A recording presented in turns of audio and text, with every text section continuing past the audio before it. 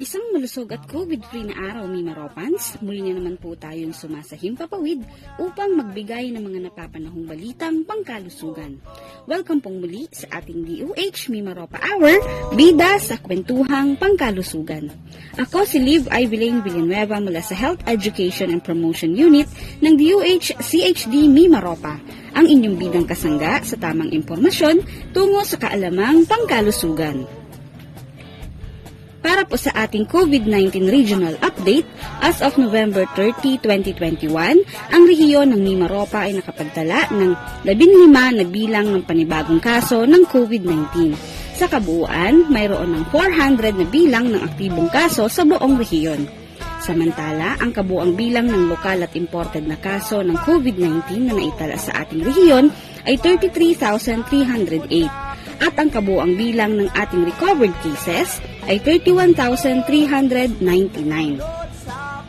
Narito naman ang pagkakahati-hati ng active COVID-19 cases per provinces.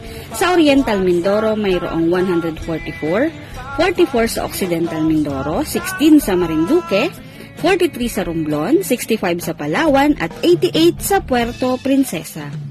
Para sa karagdagang impormasyon, bisitahin ang ating official Facebook page, DOH CHD Mima Ropa. Mima Ropans, bago tayo magtungo sa ating talakayan ngayong araw, narito muna ang isang napakahalagang sorpresa para sa lahat. Nagpares bakuna ka na ba? Kung oo, sumali na sa Bakunado Panalo Raffle. Basta't bakunado ng COVID-19 vaccine, may tsansa kang manalo ng 1 million pesos sa grand draw at isa sa 100 winners of cash prizes sa monthly draw.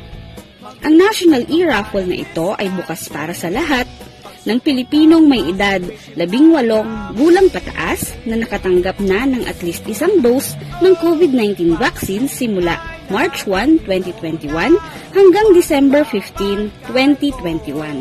Mga OFW na nakatanggap ng at least isang dose ng COVID-19 vaccine dito sa Pilipinas. Upang makasali, Step 1, register for free. Text res bakuna reg space name / age / address at isend sa 8933. Step 2, i-text ang vaccine details.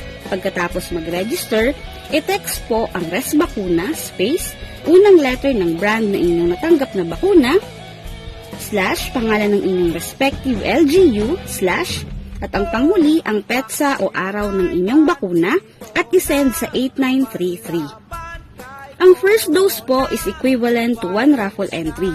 Ngunit kung kayo naman po ay isang senior citizen, kayo po ay makakatanggap ng additional +1 raffle entry. Para naman po sa pang-second dose, ang mga fully vaccinated ay makatatanggap ng 2 raffle entries at additional 2 raffle entries para sa mga senior citizens. At ang panghuli, kung kayo po ay nakatanggap ng J&J na vaccine, kayo po ay makakatanggap ng 3 raffle entries at additional 3 raffle entries para sa mga senior citizens. Piso lang kada send mga kabida. Para sa buwan ng Oktubre, nai-anunsyo na ang 50 na bunot upang makatanggap ng 5,000 pesos each. At ngayong Nobyembre, 50 ang may tsansang manalo ng 5,000 pesos para sa monthly draw. Sa raffle draw na gaganapin sa Disyembre, 10 naman ang maaring manalo ng 100,000 pesos. Habang isa naman ay may tsansang manalo ng 500,000 pesos. At para sa grand draw, isa ang mag-uuwi ng 1 million pesos. 3 monthly draws at isang grand draw of 1 million ang naghihintay sa December 2021. Kaya sali na mga Mima Ropans. Ang proyektong ito ay hatid sa inyo ng Philippine Amusement and Gaming Corporation, Department of Health, National Task Force at Z Philippines. Para sa iba pang detalye, magtungo lamang sa official Facebook page ng Department of Health, Philippines. Mima Ropans, kamakailan nilagdaan ng Pangulong Rodrigo Roa Duterte ang isang executive order mula sa Malacanang na idinideklara ang mga araw ng November 29 hanggang December 1 bilang National COVID-19 Vaccination Days o kilala bilang Bayanihan Bakunahan, carrying the tagline, Ligtas, Lakas, Buong Pinas. Para po sa kaalaman ng lahat, ang kampanyang ito ay isinagawa sa mga nasabing petsa, hindi lamang sa ating rehiyon, kundi sa 17 rehiyon sa Pilipinas, sa pamumuno ng National Task Force Against COVID-19, DOH at DILG, katuwang ng DepEd at CHED. Kasama rin of course ang ating medical communities and other private organizations. Ang Bayanihan Bakunahan ay isang malawakang pagbabakuna para sa 9 milyong Pilipino sa loob ng 3 araw. Ito na ang pinakamataas na target ng bansa mula noong nagsimula ang pagbabakuna. Layon ng Bayanihan Bakunahan na pataasin ang bilang ng mga Pilipinong bakunado kontra COVID upang maabot ang 70% ng ating populasyon at tuluyan ng makamit ang herd immunity. Hinihikayat namin ang lahat na magboluntaryo sa ating mga vaccination sites through your LGUs. Maaari ring suportahan ng inyong mga kapamilya o kaibigan na makapagpabakuna, lalong-lalo na ang ating mga mahal na lolo at lola na siyang mas nangangailangan ng higit na proteksyon against COVID-19. At dahil nalalapit na rin ang season of giving, bakit hindi natin gawing handog para sa ating mga pamilya ang malusog at ligtas na pamumuhay? Sa tulong ng pagpapabakuna, maipagdiriwang natin ang Pasko kasama ang ating mga mahal sa buhay. Mas magiging kampante ang buong pamilya na magdiwang ng Kapaskuhan kung lahat ay may dagdag na proteksyon kasama ang pagsasagawa, of course, ng ating mask, hugas, iwas, at isama na rin natin ang airflow. Nagpapasalamat kami sa lahat ng mga nakiisa, nagboluntaryo at sumali sa ating 3 araw ng Bayanihan Bakunahan. Ngunit patuloy pa rin po ang pananawagan at kampanya ng inyong DOH-CHD Mimaropa sa pagbababakuna laban sa COVID-19 at anumang variants nito. Alam nyo ba mga Mimaropans na sa tuwing sasapit ang December 6 ay ating ginugunita ang National Health Emergency Preparedness Day. At bilang pakikiisa sa selebrasyong ito, taus-pusong pasasalamat po para sa ating mga disaster, risk reduction, and management for health managers, assistants, at staff para sa mga dedikasyon at buong paglilingkod upang maging handa at ligtas ang ating komunidad. Mahalagang maging handa at alerto palagi dahil maaaring mangyari ang sakuna sa anumang oras. Alamin ang mga paraan upang protektahan ng inyong pisikal, mental, at emosyonal na kalusugan at kaligtasan sa panahon ng sakuna. Maging matatag at maging bukas sa pakikipagtulungan sa komunidad na harapin ang epekto ng kalamidad. Bilang paghahanda sa anumang sakuna, alalahanin lamang ang mga sumusunod. Una, alamin ang proseso ng pagsasagawa ng Hands-Only Cardiopulmonary Resuscitation o CPR. Ang CPR ang emergency procedure na ibinibigay para sa mga taong nawalan ng malay dahil sa pagtigil ng tamang pagdaloy ng dugo sa puso at oxygen sa baga, gaya ng mga taong nalunod. Pangalawa, ihanda ang emergency go bag. Ang go bag na ito ay ang magsisilbing emergency kit na maaaring magtagal ng at least 72 hours at magiging sapat sa lahat ng miyembro ng pamilya sakaling may sakuna. Ito ay dapat maglaman ng pagkain at tubig, pito, posporo, flashlight, first aid kit, battery-operated na radio, mga kumot at banig, at ang panghuli, mga importanteng dokumento na nakapaloob sa plastic envelope upang ito ay hindi mabasa. Panghuli, ihanda ang listahan ng mga numerong dapat tawagan sa panahon ng kalamidad. Ihanda rin ang listahan ng mga malalapit na ospital na pwedeng tawagan o puntahan sa panahon ng emergency. Tandaan mga Mimaropans, ang mga sakuna ay hindi natin mapipigilan o maiiwasan, pero maaari natin ito mapaghandaan. Sundin lamang ang mga nabanggit nang sa gayoy kayo ay maging handa sa panahon ng sakuna. Mga Mimaropans, patuloy po ang aming panawagan na samahan ninyo kami hanggang December 12, 2021 sa aming 18-day campaign to end violence against women. Sa pagpoprotekta sa karapatan ng mga kababaihan laban sa pang-aabuso, mahalaga ang tulong ng kapwa babae sa ibang babae at ang ating batas ay kinikilala ang karapatan ng mga kababaihan. Ngayon, sabay-sabay nating alamin ang Anti-Violence Against Women and Children Act. Layunin po ng Republic Act 9262 o ang Anti-Violence Against Women and Children Act of 2004 na protektahan ang kababaihan at kabataan sa anumang uri ng karahasan. Ang VAUSI ay isang pampublikong krimen, kaya't bukod sa babaeng nakararanas ng pang-aabuso, ang VAUSI ay maaring isampa ng kanyang pamilya, barangay, social worker o concerned citizen. Ito ay hindi dapat inireresolba sa pang-aareglo o pamimilit na makipagkasundo. Narito ang mga uring ng karahasan na maaring parusahan sa ilalim ng RA 9262. Pisikal na pang-aabuso, emosyonal o psikolohikal, sexual, ekonomikal o pinansyal. Ang pang-aabuso ay hindi pribadong usapin, bagkus ay isang krimen. Paglabag ito sa mga karapatang pantao ng mga kababaihan. Let's end violence against women and children now. Kakampi niyo kami dito sa DOH-CHD Mimaropa laban sa karahasan. Sa tuwing sasapit ang unang araw ng Disyembre, ating binibigyang halaga ang World AIDS Day. Ngayong taon, ang ating tema ay Ending HIV Pandemic, Equitable Access, Everyone's Voice. At ngayong araw, sabay-sabay nating alamin ang tinatawag nating TLD. Ano nga ba ito? Ano ang benepisyo at side effects? Ano nga ba ang TLD? Ang Tenofovir Lamivudine Dolutegravir o TLD ay isang 3-in-1 na tablet na panlaban sa HIV. Sino-sino ang maaring gumamit nito? Mga may timbang na hindi bababa sa 30 kilos, hindi pa nagsisimula ng gamutan o treatment naive, kasalukuyang hindi umiinom ng gamot sa TB na may rifampicin. Ano-ano ang benepisyo nito?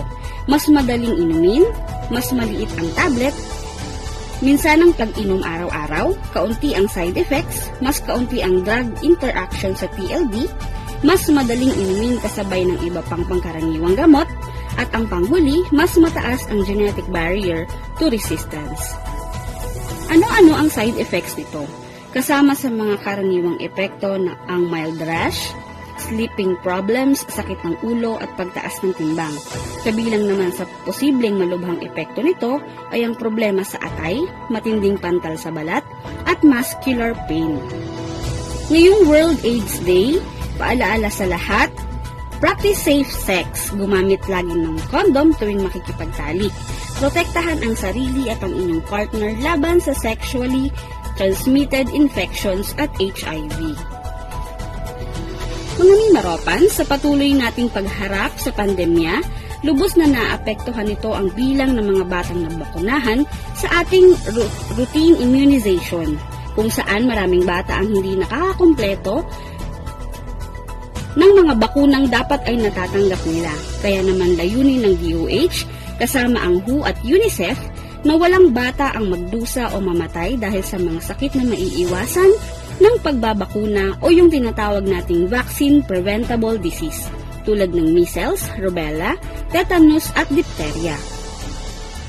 Mga mami at dati, mataas ang banta ng pagkalat ng mga sakit o vaccine preventable diseases na maaaring mauwi sa outbreak. Bakuna pa rin ang pinakamabisang paraan para maprotektahan ang inyong anak laban sa mga sakit na ito. Ngayong panahon ng COVID-19 pandemic, huwag nating hayaan na magpatuloy ang banta ng outbreak sa mga nakakahawa at nakamamatay na sakit. Bakuna ang tanging paraan upang mapigil ang pagkalat ng mga ito. Ligtas at epektibo ang mga bakunang ipinamimigay sa mga bata. Layunin ng DOH kasama ng WHO at UNICEF na walang bata ang magdusa o mamatay dahil sa sakit na maiiwasan ng pagpapabakuna.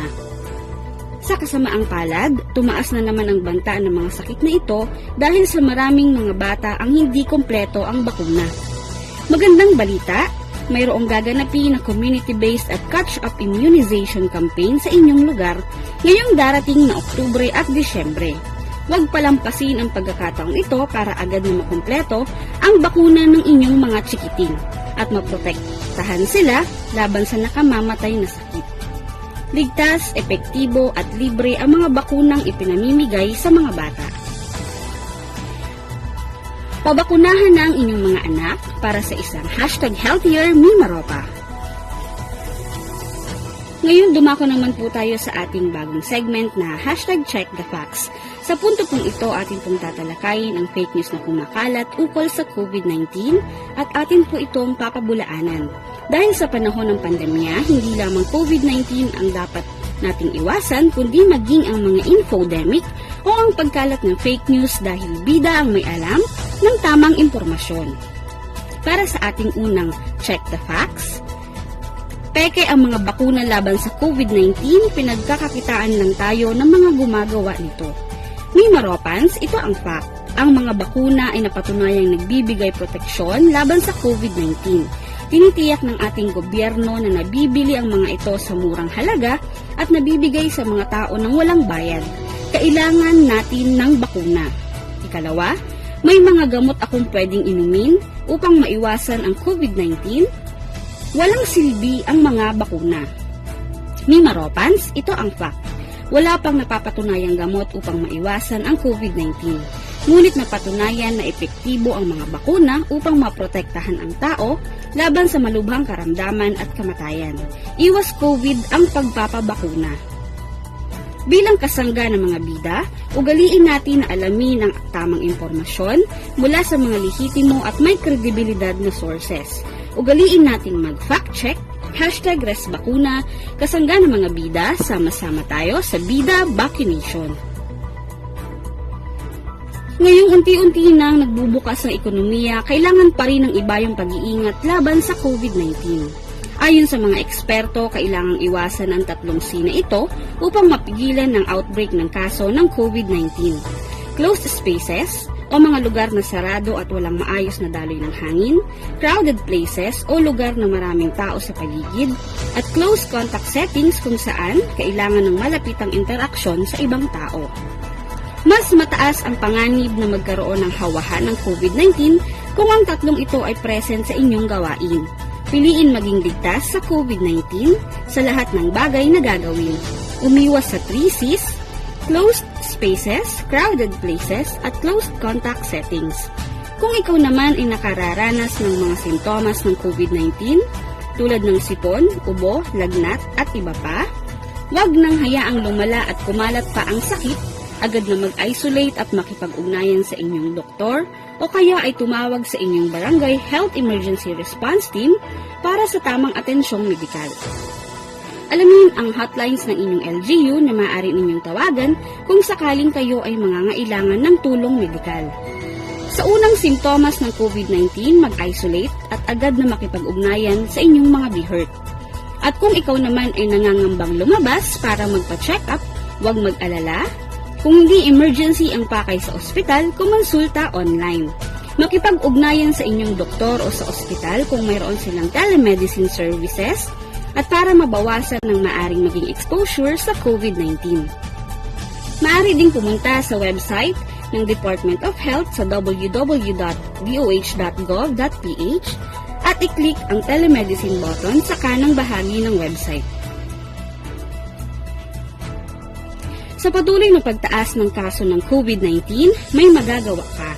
Nitong nagdaang linggo ang inyong pong DOH Center for Health Development Mimaropa ay patuloy na nagpapaalaala sa lahat na ang bawat isa ay may gampanin sa laban natin sa pandemyang ito. Labis po naming hinihingi ang pakikiisa ng lahat sa pamamagitan ng una, stay at home, manatili sa inyong mga tahanan at iwasan muna ang mga non-essential travel.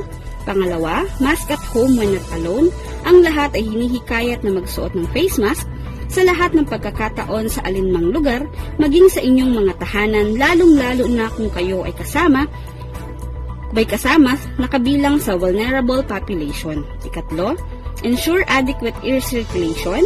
Mahalaga na ang isang tahanan ay may mabuting daloy ng hangin, kung kaya't kung maaari buksan ang inyong mga bintana upang magkaroon ng increased air flow. Ika-4, seek immediate consultation. Kung nakararanas ng alinmang simptomas ng COVID-19, kayo ay makipag-ugnayan sa inyong mga barangay health emergency response teams para sa angkop na management referral for testing at isolation. Panghuli, go to isolation facilities instead of hospitals.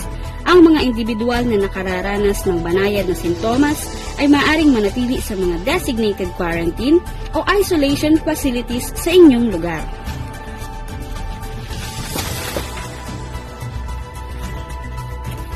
Habang isinasabuhay natin ang new normal, huwag tayong maging kampante dahil ang virus ng COVID-19 ay tila baga laging nagbabantay at handang umatake sa mga individual na walang sapat na proteksyon. Sa banta ng pagkalat ng mga new variants ng virus, atin pong tandaan, kahit tayo po ay fully vaccinated na, mainam na mas pag-igtingin natin ang mahigpit na pagsunod at pagsasagawa ng ating mga minimum public health standards.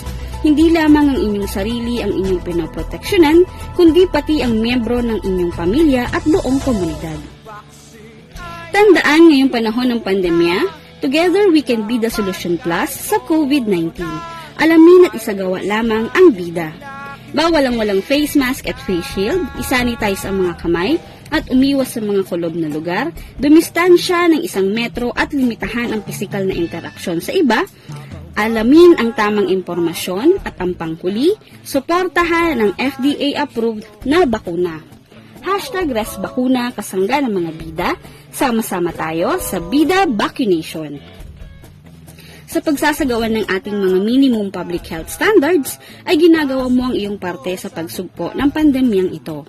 Kung kayo po ay may karagdagang katanungan at suhestyon, may nais na ibahaging impormasyon tungkol sa inyong kalusugan, bukas po ang aming tanggapan at maaari kayong magpadala ng inyong mensahe sa aming official Facebook account DOH-CHD Mimaropa at Pidoho Marinduque. Munting paalaala maging ligtas at samahan ng mataimtim na panalangin na sama-sama natin malalagpasan lahat ng dagok na ating nararanasan ngayon. Ito pong muli ang inyong lingkod, Liv Ibeline Villanueva mula sa Health Education and Promotion Unit. Maraming salamat po and stay safe everyone.